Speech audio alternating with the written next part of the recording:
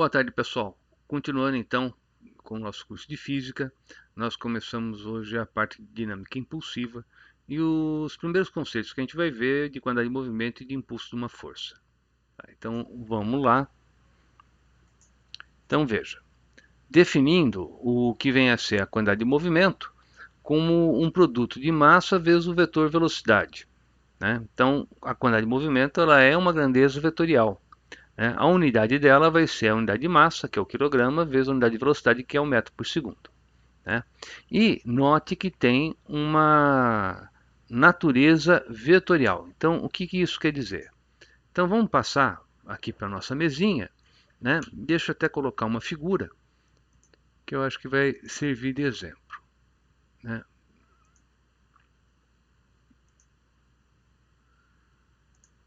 Então, vamos supor que eu tenho aqui a seguinte situação. Né? Tenho um objeto, ele tem aqui uma quantidade de movimento inicial, fez uma trajetória, tem aqui a quantidade de movimento final, né? E eu quero saber qual foi a variação. Bem, para saber qual foi a variação da quantidade de movimento, né? Então eu teria aqui que essa variação da quantidade de movimento, ela é a quantidade de movimento final menos a quantidade de movimento inicial. Então a variação da quantidade de movimento, ela é a quantidade de movimento final, né, mais o oposto da quantidade de movimento inicial. Então, se esse é a quantidade de movimento inicial, esse aqui é o oposto, aponta para o outro lado, está ele aqui. E aí eu transformei a subtração numa adição, então eu tenho que somar esse vetor com esse outro. Vai dar esse aqui. Tá? Note o seguinte, que apesar de a gente escrever essa equação, né, que a variação da quantidade de movimento é uma quantidade menos a outra, como tem uma natureza vetorial, na hora de calcular a intensidade, vou dizer que o quadrado da intensidade da variação da quantidade de movimento é igual ao quadrado da quantidade de movimento final mais o quadrado da quantidade de movimento inicial. O que é isso? É o teorema de Pitágoras. Né? Se eu tenho aqui um ângulo reto, né, que eu estou supondo, né, vamos imaginar que eu teria aqui um ângulo reto, tá? Então vou usar o teorema de Pitágoras. Isso é uma prova de que eu estou falando, né, de uma grandeza vetorial. Ou ainda, isso é um lembrete que eu tenho que tomar cuidado aqui, né, na hora que eu estou trabalhando com essas grandezas, porque não são grandezas escalares. Tá? Além disso, né, vamos pegar um outro exemplo. Então você tem aí o impulso de uma força. Né? Bem, o que é o impulso de uma força? Vai ser força vezes o intervalo de tempo. Força, grandeza vetorial, né? E tempo é uma grandeza escalar. Então, na hora que você está multiplicando isso aqui, você vai ver que o impulso vai ter a mesma direção e o mesmo sentido da força. Né? Para onde aponta um, aponta o outro também. Né? Como a força é medida em Newton e o tempo é medido em segundo, então a unidade vai ser Newton vezes segundo. Né? E se você fizer aqui a análise dimensional, você vai ver que o Newton vezes segundo é a mesma coisa que quilograma metro por segundo. Então a unidade é a mesma. Tá? Então, vamos pegar só vou destacar para vocês que o impulso também vai ter uma natureza vetorial, porque veja, tem aqui uma força aplicada, ela veio para cá, se eu fosse calcular a força resultante, eu faria essa conta aqui. Bem, de modo análogo, né, se eu tenho essa força atuando durante um certo tempo, então eu vou ter aqui um impulso. Né? Então eu teria aqui o impulso da força 1, vetorial. Aqui eu teria um impulso da força 2, também uma grandeza vetorial. Se eu tenho aqui um ângulo reto, na hora que eu somo os dois, isso vai dar esse vetor aqui. Então, isso aqui seria um impulso resultante. Então, quem que é o impulso resultante? O impulso resultante é um impulso mais o outro, vetorialmente falando. Né? Então, isso quer dizer que esse impulso resultante, tendo sua intensidade elevada ao quadrado, é igual ao quadrado da intensidade do primeiro mais, né, o quadrado da intensidade do segundo. Isso se esse ângulo que você tem aqui é um ângulo reto, né, para você usar o teorema de Pitágoras. Tá? Opa, eu esqueci de transformar ali, de passar. Então vamos retomar aqui. Ó. Você tem aqui o desenho, né, força, calcularia que é a resultante. Então, se você tem essa força aqui, você vai ter o impulso, tá? Note que relacionado com essa segunda força, vai ter o segundo impulso aqui. Então, somando este primeiro impulso com o segundo, daria aqui o impulso resultante. Então, vetorialmente falando, você vai ter que o impulso resultante é o impulso da primeira força mais o impulso da segunda. Isso vetorialmente. Na hora de calcular a intensidade, nesse caso, você vai usar o teorema de Pitágoras. Mas, qualquer que seja o caso, o que você vai usar é sempre uma regra de soma de vetores, né? Então, por exemplo, vamos imaginar que você tem lá, né? Tem aqui um impulso. Impulso 1. Nossa, por isso que eu tento fazer o desenho antes, muitas vezes. Fica um desenho medonho. Então, você tem aqui o impulso 1. Aí depois você tem aqui um impulso 2. Né? E finalmente aqui você vai ter um impulso 3. Bem, qual vai ser o impulso resultante? O impulso resultante é a soma dos impulsos, vetorialmente falando. Tá? Então aqui você vai ter um impulso resultante, né, sobre a partícula. Estou usando a regra da linha poligonal. Ah, mas qual a intensidade dele? Aí a gente tem que ver, tem que decompor, tem que somar, né, e tem que ver qual o caso que se aplica. Tá? Mas repare que então você tem aqui grandezas vetoriais nessa primeira parte. Tá bom? Caso a força ela tenha uma direção constante e intensidade variável, então para você calcular, né, o impulso, você vai usar, né, a área. Isso aqui, se você já tivesse visto o cálculo integral, você ia falar que ia ser integral. A integral de f dt vai ser o impulso. Tá? E depois tem o teorema do impulso. Então, o teorema do impulso para uma partícula. Né? Então, qual que é a situação? Você vai ter um objeto, né, que tem uma certa velocidade, então tem uma quantidade de movimento inicial. Atua sobre ele uma força resultante, então vai ter um impulso também resultante aqui. Então ele tem uma rapidez nessa situação, vai ter uma outra rapidez nessa outra situação. Quem que é o impulso? É a variação, né, dessa quantidade de movimento. Vamos provar isso aí para vocês. Tá? Vamos passar aqui.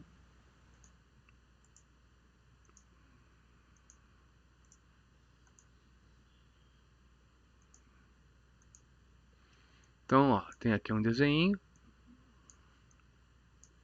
Então, repare aqui no seguinte, né? Nessa primeira situação, né, que o objeto está aqui no início, então você vai falar, olha, tem aqui uma quantidade de movimento inicial. Então, teria aqui quantidade de movimento inicial. Chegou aqui, aumentou a rapidez, aumentou a velocidade, então tem aqui uma quantidade de movimento final. Tá? Ah, mas por que aconteceu isso? Porque estava atuando uma força resultante. Então, está aqui a força resultante, que atuou durante um certo tempo. Bem, o que você poderia dizer? Você poderia falar que força resultante é igual a massa vezes aceleração, vetorialmente falando. Tá? E essa aceleração, né, vamos supor que essa força é uma força constante, vai ser velocidade menos a velocidade inicial por ΔT. Então, se você substituir, você vai ter força resultante, que é igual a massa, que multiplica a aceleração. Estou fazendo uma demonstração particular, né? Mas você teria que força resultante vezes o intervalo de tempo é igual a massa vezes a velocidade final, massa vezes a velocidade inicial. Repare que você vai ter aqui o seguinte, ó, isso aqui é a quantidade de movimento final, isso é a quantidade de movimento inicial, tá? E força vezes tempo é o impulso da força resultante. Então, o impulso da força resultante é a variação da quantidade de movimento. Tá? Eu demonstrei para um movimento retilíneo, mas, né, e com uma intensidade constante da força. Mas se você tiver uma força de intensidade variável, ainda que a direção também esteja variando, tá? Essa relação é verdadeira. Só que aí a gente teria que usar o cálculo. Né? Então, vou ficar devendo para vocês, porque vocês ainda não chegaram a ver o cálculo integral. Tá bom? Então, com essa primeira parte, ainda não falei de sistemas, eu estou falando sempre de uma partícula. Né? Então, vamos passar para resolução de exercício. Então, eu tenho aqui, olha, um menino de 40 kg está sobre um skate que se move com velocidade constante de 3 metros por segundo numa trajetória retilínea e horizontal. De frente a um obstáculo, ele salta e após um segundo ele cai sobre o skate, que durante todo o tempo mantém a velocidade de 3 metros por segundo. Desprezando-se os eventuais forças de atrito, pede-se a altura que o menino atingiu com o seu salto, tomando como referência a base do skate, e a quantidade de movimento do menino no ponto mais alto da sua trajetória.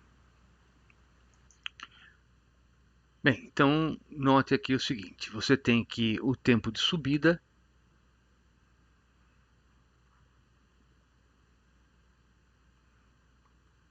né, ele é a velocidade inicial no eixo y pela aceleração da gravidade. Então, esse tempo de subida ele vai ser igual a velocidade. Não, isso aí foi dado. Isso aqui é igual a meio,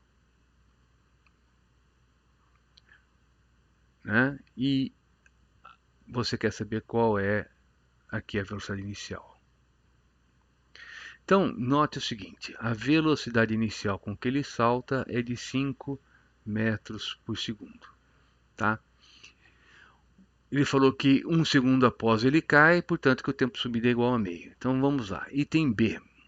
No item B, ele coloca o seguinte: qual a quantidade de movimento do menino no ponto mais alto? Bem, não terminei ainda o item A. Deixa eu voltar aqui. O item A.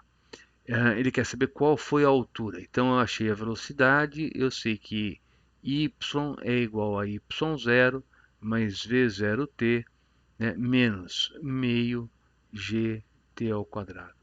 Então, olha, eu vou achar qual é a altura inicial é 0, a velocidade eu tenho, né, acabei de achar que é 5, tenho que o tempo de subida é igual a meio, menos meio vezes 10 vezes o tempo ao quadrado, que é meio ao quadrado. Então, essa altura, fazendo essa continha, isso vai dar 1,25 metros. Tá? Então, achei a altura que ele chegou. Agora vamos para o item B. Qual a quantidade de movimento? Na hora que ele está no ponto mais alto da trajetória, ele continua o movimento, né, no eixo X. Então, a quantidade de movimento que ele vai ter vai ser massa vezes a velocidade que ele tinha no eixo X.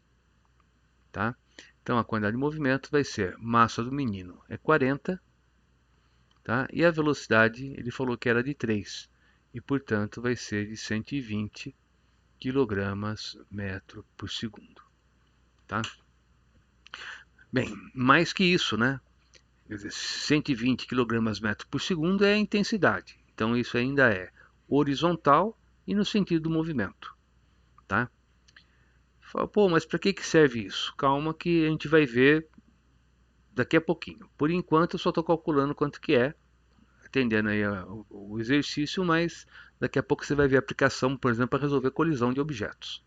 Tá? Então vamos lá. Segundo exercício, ele coloca que um foguete, inicialmente em repouso, é constituído por um corpo cilíndrico e propelido por um combustível à base de pólvora. Durante a combustão, é ejetada horizontalmente uma massa de 4 gramas, com velocidade média de módulo de 30 metros por segundo em relação ao solo. A combustão dura 4 segundos e ao final da massa do foguete vale 50 gramas. Considere que o foguete apresenta movimento retilíneo horizontal e despreze as perdas por atrito e resistência do ar. Então, primeiro, ele quer saber qual é a velocidade do foguete após a combustão. Determine a força média horizontal que atua sobre o foguete, né? E pergunta acerca da energia cinética, que ela variou durante a combustão, e se está de acordo com o princípio da conservação da energia. Então vamos lá, vamos passar para a nossa lousa virtual aqui e resolver o exercício. Tá? Então, o que você tem? Você vai ter aqui o seguinte, ó. Bem, primeiro, tá? Determine a velocidade do foguete depois da combustão. Né?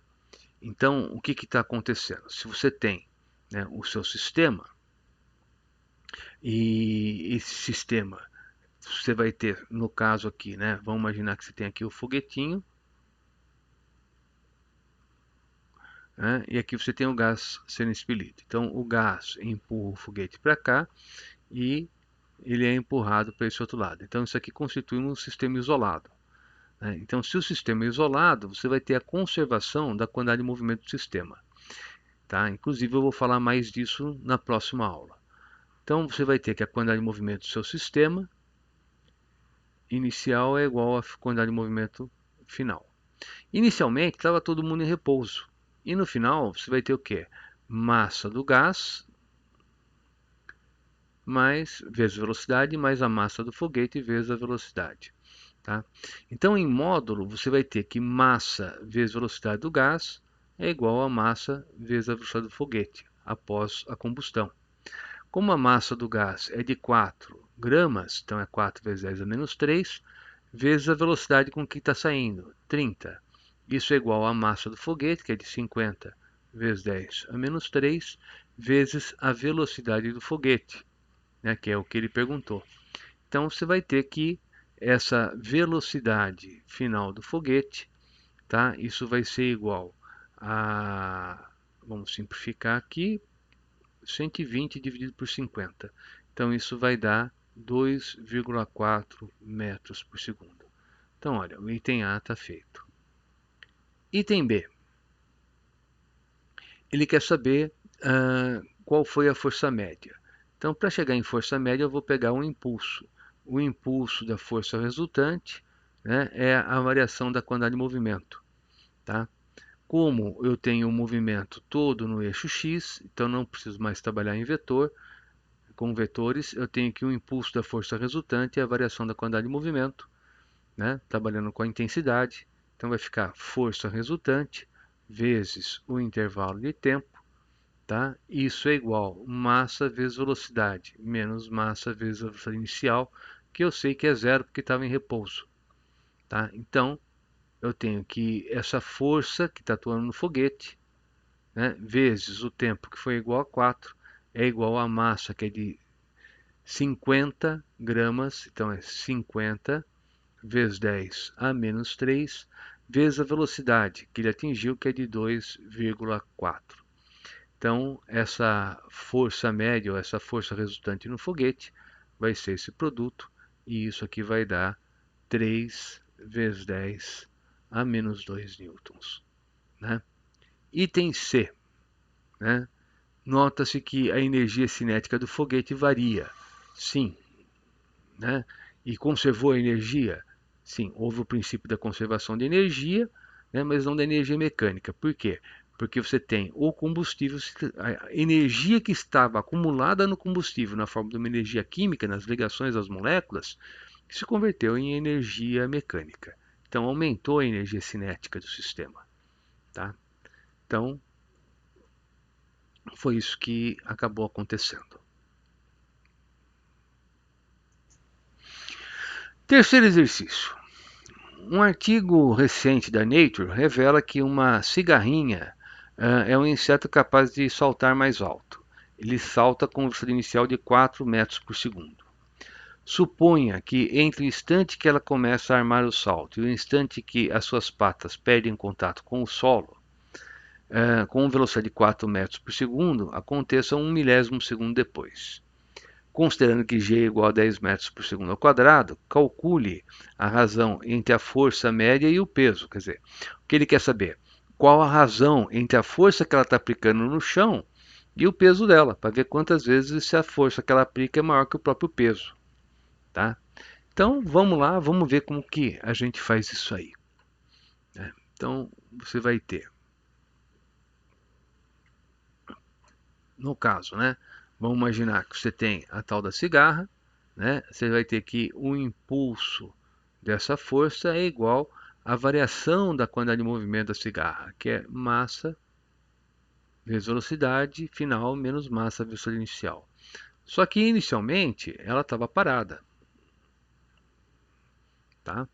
E aí você vai ter que essa força que ela está aplicando, né, que ele chamou de, opa, força média, vezes o intervalo de tempo. Isso é igual a massa vezes velocidade. Então, né, você vai ter que essa força média vai ser massa vezes velocidade pelo intervalo de tempo. E aí é só substituir os valores, né? Você vai ter aqui, ó, a massa dela, né, vezes a massa que ela deu. Só um minutinho. A massa eu não tenho. O que eu tenho é a velocidade. Então saiu com 4. Então vai ficar massa vezes 4 dividido pelo intervalo de tempo, que é 10 a menos 3. Quer dizer, eu posso chegar aqui numa relação final de massa, né, que vai ser 4 vezes 10 a terceira, né, vezes a massa. Então, ó, força média é 4 vezes 10 a terceira vezes a massa. Bem, e você sabe que a força-peso é igual a massa vezes a gravidade. Então, o peso você poderia colocar como 10 vezes a massa. O que ele está pedindo? Ele quer a razão, né? Então, que razão que é essa? Tá? Vai ser a força média pelo peso. E acho que você já pode perceber que a força que a cigarra aplica no chão é muito maior, né? Então, você vai ter que essa razão, ela vai ser igual a 4 vezes 10 a terceira m dividido por 10m.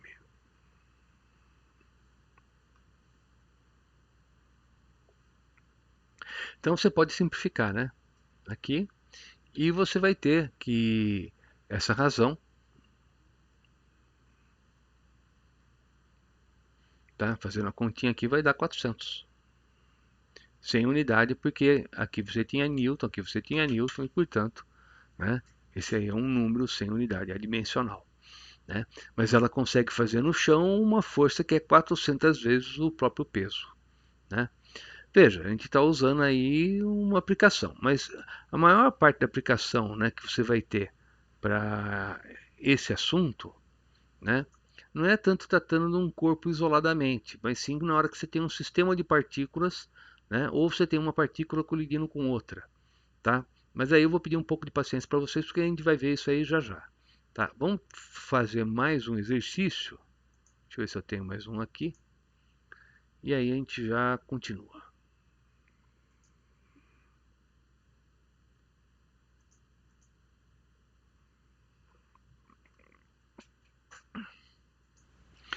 A intensidade da resultante das forças que atuam no corpo, inicialmente em repouso, varia com o gráfico. Então, foi dado um gráfico ali para você.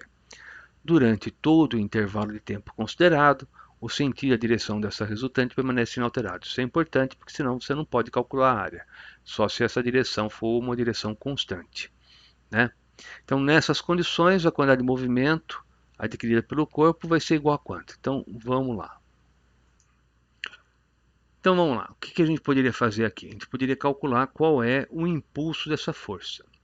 Né? Então, calculando o impulso da força, né, é calcular o que? A área que você vai ter aqui nesse gráfico. Então, nesse caso, impulso da força é igual à área. Tá? Bem, a área aqui vai ser igual a quanto? Aqui você vai ter 4, né? Aqui você tem 2. Então, o impulso dessa força vai ser igual a 2 vezes 4 e, portanto, 8. 8 newtons de segundo. Mas o que acontece? Se essa força é a força resultante, isso também vai ser a variação da quantidade de movimento. Então, a quantidade de movimento final menos a quantidade de movimento inicial. Quantidade de movimento inicial que é zero, porque inicialmente estava em repouso. Né? Então ficou fácil agora, porque você tem que esse impulso é igual a 8, né? E isso aqui vai ser a quantidade de movimento final do objeto. Então, quantidade de movimento final vai ter que intensidade 8, né, quilogramas metro por segundo. Tá? Ou Newton vezes segundo, é a mesma coisa.